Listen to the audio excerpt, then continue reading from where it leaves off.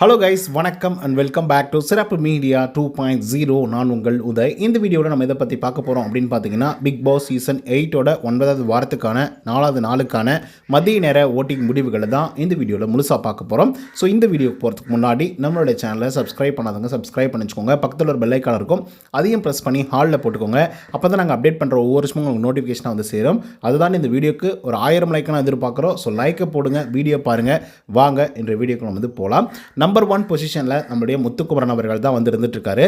அவர் வாங்கிய ஓட்டுகளுடைய எண்ணிக்கை அப்படின்னு சொல்லி பார்க்கும்போது 1,46,210 ஓட்டுகளாகும். பர்சன்டேஜ் வைஸ் அப்படின்னு சொல்லி பார்க்கும்போது 27.12% வந்து இருந்துட்டு இருக்காங்க நம்மளுடைய முத்துக்குமரன் அவர்கள். ஸோ அடிச்சு தும்சம் பண்ணிட்டு இருக்காரு அப்படின்னு சொன்னால் கூட நிறைய பேருக்கு வந்து எரிய ஆரம்பிக்குது.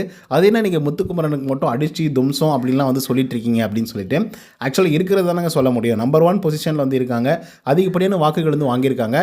அதனால் வந்து பார்த்திங்கன்னா அந்த மாதிரி வார்த்தைகளை வந்து யூஸ் பண்ணி சொல்கிறேன். ஏன் சௌந்தர்யா கூட நான் வந்து சொல்லுவேனே, 2வது பொசிஷனில் சௌந்தர்யா அவங்க வாங்கிய ஓட்டுகளுடைய எண்ணிக்கை அப்படின்னு சொல்லி பார்க்கும்போது 81,328 ஓட்டுகளாகும். பர்சன்டேஜ் வைஸ் அப்படின்னு சொல்லி பார்க்கும்போது 15.09% வந்து இருந்துகிட்ருக்காங்க நம்மளுடைய சௌந்தர்யா அவர்கள். ஃபஸ்ட்டு 2 டேஸ் சௌந்தர்யா அவர்களுக்கு கம்மியான வாக்குகள் தான் வந்துட்டு இருந்தது. நான் சொல்ல போனால் ஒரு 12% தான் இந்த வாரத்தோட எண்டப்பில் வந்து இருக்கும் சௌந்தர்யாவுக்கு அப்படின்னு சொல்லி எதிர்பார்த்தேன். ஆனால் அடித்து பிச்சு ஒதிரி விட்டுட்டு இருக்காங்க சௌந்தர்யாவோட ஃபேன்ஸ் அப்படின்னு வந்து சொல்லலாம். அதுக்கடுத்த 3வது பொசிஷனில் நம்மளுடைய ஜாக்லின் அவங்க வாங்கிய ஓட்டுகளோட எண்ணிக்கை அப்படின்னு சொல்லி பார்க்கும்போது 52,907 ஓட்டுகளாகும். பர்சன்டேஜ் வைஸ் அப்படின்னு சொல்லி பார்க்கும்போது 9.81% வந்து இருந்துகிட்ருக்காங்க நம்மளுடைய ஜாக்லின் அக்கா அவர்கள். ஸோ இவங்க மறுபடியும் பேக் டு த ஃபார்ம் அப்படிங்கிற மாதிரி நல்ல வாக்குகள் வந்து வாங்கிட்டு இருக்காங்க. பட் சௌந்தர்யா அவர்களை வந்து பீட் பண்ணுறதுக்கான வாய்ப்புகளே வந்து இல்லை. ஏன் அப்படின்னு பார்த்தீங்கன்னா, இருவருக்கும் இடையில் கிட்டத்தட்ட 30,000 வாக்குகள் வந்து வித்தியாசத்தோடு வந்து இருந்துகிட்ருக்காங்க. ஸோ அதனால் பீட் பண்ண வாய்ப்புகள் இல்லை. ஜாக்லின் 3வது பொசிஷன் தான். அதுக்கடுத்த 4th பொசிஷனில் நம்மளுடைய ராணுவ அவர்கள். அவர் வாங்கிய ஓட்டுகளோட எண்ணிக்கை அப்படின்னு சொல்லி பார்க்கும்போது 48,232 ஓட்டுகளாகும். பர்சன்டேஜ் வைஸ் அப்படின்னு சொல்லி பார்க்கும்போது 8.95% வந்து இருந்துகிட்ருக்காங்க நம்மளுடைய ராணுவ அவர்கள். எல்லாரும் ஒரு மாதிரி விளையாடுங்கடா, நான் ஒரு மாதிரி விளையாடுறேன் அப்படின்னு சொல்லிட்டு ராணுவோடைய ஆட்டிடியூட் வந்து நல்லாவே வந்து இருந்துகிட்ருக்கு. அதை தாண்டி அவருக்கு இருக்கக்கூடிய ரசிகர்கள் ஓட்டிங்ஸை போட்டு அள்ளி வீசிட்டு இருக்காங்க அப்படின்னு வந்து சொல்லலாம். ஸோ அதனால் 4th பொசிஷன்லையும் வந்து பிடிச்சிருக்காப்புல. அதுக்கடுத்தா 5th பொசிஷனில் நம்மளுடைய மஞ்சரி அவர்கள் வந்து இருந்துகிட்ருக்காங்க. அவங்க வாங்கிய ஓட்டுகளோட எண்ணிக்கை அப்படின்னு சொல்லி பார்க்கும்போது 34,372 ஓட்டுகளாகும். பர்சன்டேஜ் வைஸ் அப்படின்னு சொல்லி பார்க்கும்போது 6.38% வந்து இருந்துகிட்ருக்காங்க நம்மளுடைய மஞ்சரி அவர்கள். ஸோ இவங்களும் வந்து அடித்து தும்சம் பண்ணிகிட்ருக்காங்க. ஏன் அப்படின்னு பார்த்தீங்கன்னா, மஞ்சரி இந்த வாரத்தோட தொடக்கத்தில் 10வது பொசிஷனில் வந்து இருந்தாங்க. சண்டைகளை வாங்குறதுல இவங்க ரொம்ப வழக்கமாக வந்து இருந்துகிட்ருக்காங்க. பட் இருந்தாலும் அந்த கேம் கொஞ்சம் சுவாரஸ்யப்படுத்துது. ஸோ அதனால் ஜென்ரலாக பார்க்கக்கூடிய ஆடியன்ஸ் இவங்களுக்கு வந்து வாக்குகள் வந்து செலுத்துகிறாங்க. அதுக்கடுத்து தான் 6th பொசிஷனில் பவித்ரா அவங்க வாங்கிய ஓட்டுகளுடைய எண்ணிக்கை அப்படின்னு சொல்லி பார்க்கும்போது 33,388 ஓட்டுகளாகும். பர்சன்டேஜ் வைஸ் அப்படின்னு சொல்லி பார்க்கும்போது 6.19% வந்து இருந்துகிட்ருக்காங்க நம்மளுடைய பவித்ரா அவர்கள். ஸோ பவித்ரா அவர்கள் உண்மையாகவே ஓட்டிங்ஸ் அப்படிங்கிறது வந்து இன்க்ரீஸ் ஆகிருக்கு. அவங்களுக்கு வந்து 6வது பொசிஷனில் இருக்கிறது மட்டும் இல்லாமல் அடுத்தது 5வது பொசிஷனுக்கு வந்து பயங்கரமாக டாமினன்ட் வந்து பண்ணிகிட்ருக்காங்க. சொல்லப்போனால் மஞ்சரி அவர்களை வீழ்த்துறதுக்கான வாய்ப்புகளும் வந்து இருந்துகிட்ருக்கு. அதை நம்ம பொறுத்து தான் பார்க்கணும். பவித்ரா பற்றி கொஞ்சம் லேட்டராக வந்து டிஸ்கஸ் பண்ணலாம். அதுக்கு முன்னாடி 7வது பொசிஷனில் சத்யா அவங்க வாங்கிய ஓட்டுகளோட எண்ணிக்கை 29,353 ஓட்டுகளாகும். பர்சன்டேஜ் வைஸ் அப்படின்னு சொல்லி பார்க்கும்போது 5.45% வந்து இருந்துகிட்ருக்காங்க நம்மளுடைய சத்யா அவர்கள். ஸோ இவர் இந்த வாரத்தில் வேக்கப் ஆகிறதுக்கான வாய்ப்புகள் நிறைய வந்து இருந்துகிட்ருக்கு. ஏஞ்சலாக நிறைய விஷயங்கள் நல்லாவே வந்து பண்ணியிருந்தார். கோஸ்ட்டாக ஏதாவது பண்ணுவாரா அப்படிங்கிறத நம்ம பொறுத்து தான் பார்க்கணும். அப்படி ஏதாச்சும் பண்ணால் மட்டும்தான் இவருக்கு வாக்குகள் அப்படிங்கிறது வந்து இன்க்ரீஸ் ஆகும். பட் பரவாயில்ல, ஆவரேஜாக வாங்கிட்டு இருக்காரு. அதுக்கடுத்து 8வது பொசிஷனில் ரஞ்சித் அவங்க வாங்கிய ஓட்டுகளோட எண்ணிக்கை அப்படின்னு சொல்லி பார்க்கும்போது 25,846 ஓட்டுகளாகும். பர்சன்டேஜ் வைஸ் அப்படின்னு சொல்லி பார்க்கும்போது 4.79% வந்து இருந்துகிட்ருக்காங்க நம்மளுடைய ரஞ்சித் அவர்கள். ஸோ இவருக்கு வந்து நம்ம பெருசாக சொல்ல வேண்டிய அவசியமே இல்லை. ஒரு நல்ல வாக்குகள் வந்து வாங்கிட்டு இருக்கார். இவர் பண்ணக்கூடிய பர்ஃபார்மன்ஸ்க்கு இவ்வளோ தான் வரும் அப்படிங்கிற மாதிரி வந்து இருந்துகிட்ருக்கு. இதை விட குறைவாக கூட வரலாம். பட் இருந்தாலும் ரஞ்சித் அவர்களை ஏதோ ஒரு இடத்துல வந்து பிடிச்சிருக்கு. அதுக்கடுத்தா 9வது பொசிஷனில் நம்மளுடைய ரயான் அவர்கள் வந்து இருந்துகிட்ருக்காங்க.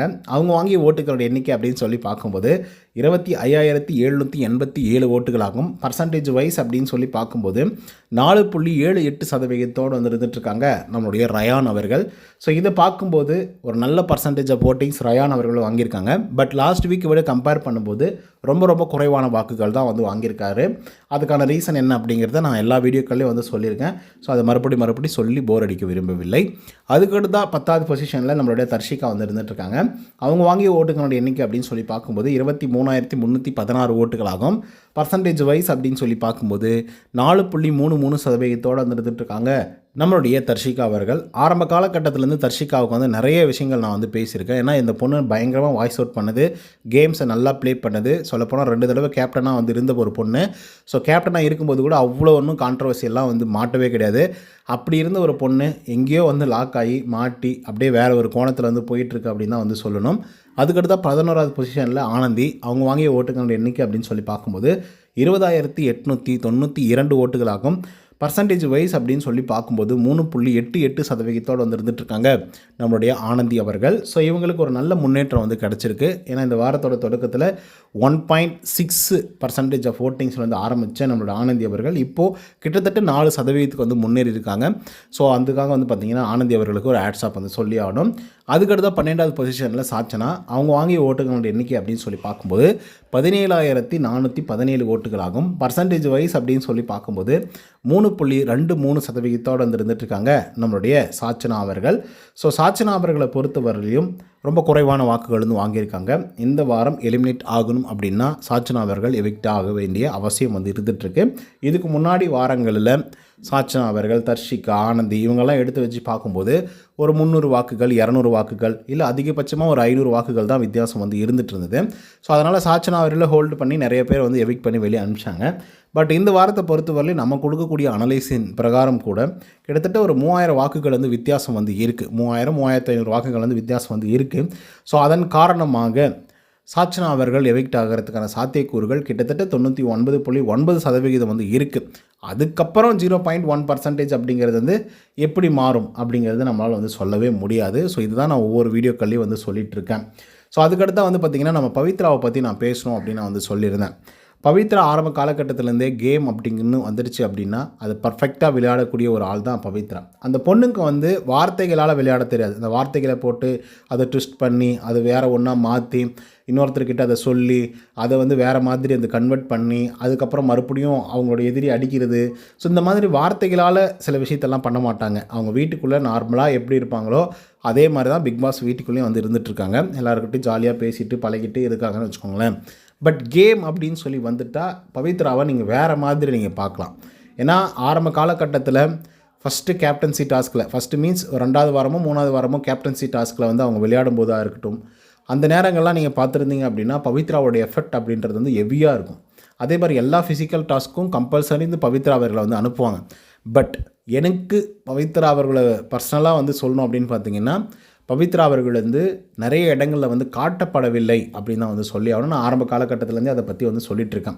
ஏன்னா மற்றவங்களுக்கெல்லாம் ஸ்க்ரீன் ஸ்பேஸ் வந்து கொடுக்கும்போது அந்த ஸ்பேஸை வந்து பார்த்திங்கன்னா பவித்ரா அவர்களுக்கு வந்து கொடுக்காம ஜென்ரலாக இருக்கக்கூடிய ஆடியன்ஸ்க்கே வந்து பவித்ரா அப்படி என்ன பண்ணிட்டாங்க அப்படிங்கிற ஒரு கேள்வி வந்து இருக்குது. அப்படிங்கிற ஒரு ஆள் வந்து உள்ளே இருக்காங்களா அப்படின்ற கேள்வி கூட வந்து பார்த்திங்க அப்படின்னா நிறைய பேருக்கு வந்து எழும்பிட்டு இருந்தது. ஸோ அந்த மாதிரி தான் வந்து பவித்ரா ஜனனி அவர்களை வந்து இந்த பிக் பாஸ் டீம் வந்து காட்டுச்சு அப்படின்னு தான் வந்து சொல்லி ஆகணும். பட் இப்போ வந்து பார்த்திங்கன்னா மஞ்சரி அவர்களுக்கு போட்டி போடுற அளவுக்கு ஓட்டிங்ஸ் வந்து வாங்கிட்டு இருக்காங்க. சொல்லப்போனால் மேபி இன்றைக்கி நைட்டுக்குள்ளேயே வந்து மாறதுக்கான வாய்ப்புகள் இருக்குது. இரவு நேரம் முடிவின் போது வந்து தெரியும் எவ்வளோ தூரம் வந்து மாறுது அப்படின்னு சொல்லிட்டு. ஆனால் பவித்ரா ஜனனி இப்போ ஓட்டிங்ஸ் வந்து ஏன் இவ்வளோ தூரம் வந்து வாங்கிட்டு இருக்காங்க அப்படின்னா அதுக்கு ஒரு ரீசன் வந்து இருக்குது.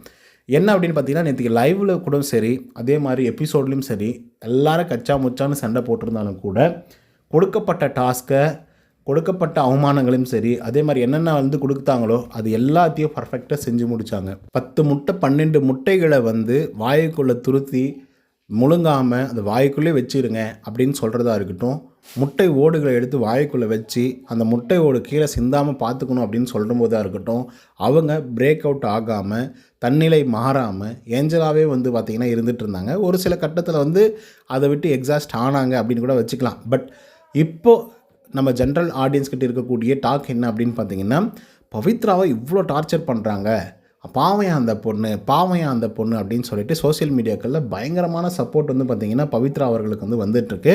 ஸோ அந்த ஒரு காரணம் தான் இப்போது பவித்ரா அவர்களுக்கு அதிகப்படியான வாக்குகள் வர்றதுக்கான காரணமாக அமைஞ்சிருக்கு. அதே மாதிரி மஞ்சரி அவர்களை பீட் பண்ணுறதுக்கான எல்லா சாத்தியக்கூறுகளும் இருக்குது அப்படின்னு நான் முன்னே சொன்னேன். அதை வந்து பவித்ரா அவர்கள் செய்வாங்க. இதுக்கப்புறம் அவங்களுடைய கேம் பிளே எப்படி இருக்க போகுது அப்படிங்கிறத நம்ம பொறுத்து தான் பார்க்கணும். ஓகே கைஸ், இந்த வீடியோ மூலிமா யார் எந்த பொசிஷன்ஸில் வந்து இருக்காங்க, யார் எவ்வளோ ஓட்டிங்ஸ் வாங்கியிருக்காங்க, யாரெல்லாம் மேலே போயிருக்காங்க, யாரெல்லாம் கீழே வந்திருக்காங்க அப்படிங்கிறத பற்றி டீட்டெயிலாக பார்த்துருப்போம்னு நான் நினைக்கிறேன். ஸோ இந்த வீடியோ உங்களுக்கு வந்து பிடிச்சிருந்தா லைக் அண்ட் சப்ஸ்கிரைப் பண்ண மறந்துடாதீங்க. இன்னொரு தவணை சந்திக்கிறேன். Until then bye from Uday. நன்றி, வணக்கம்.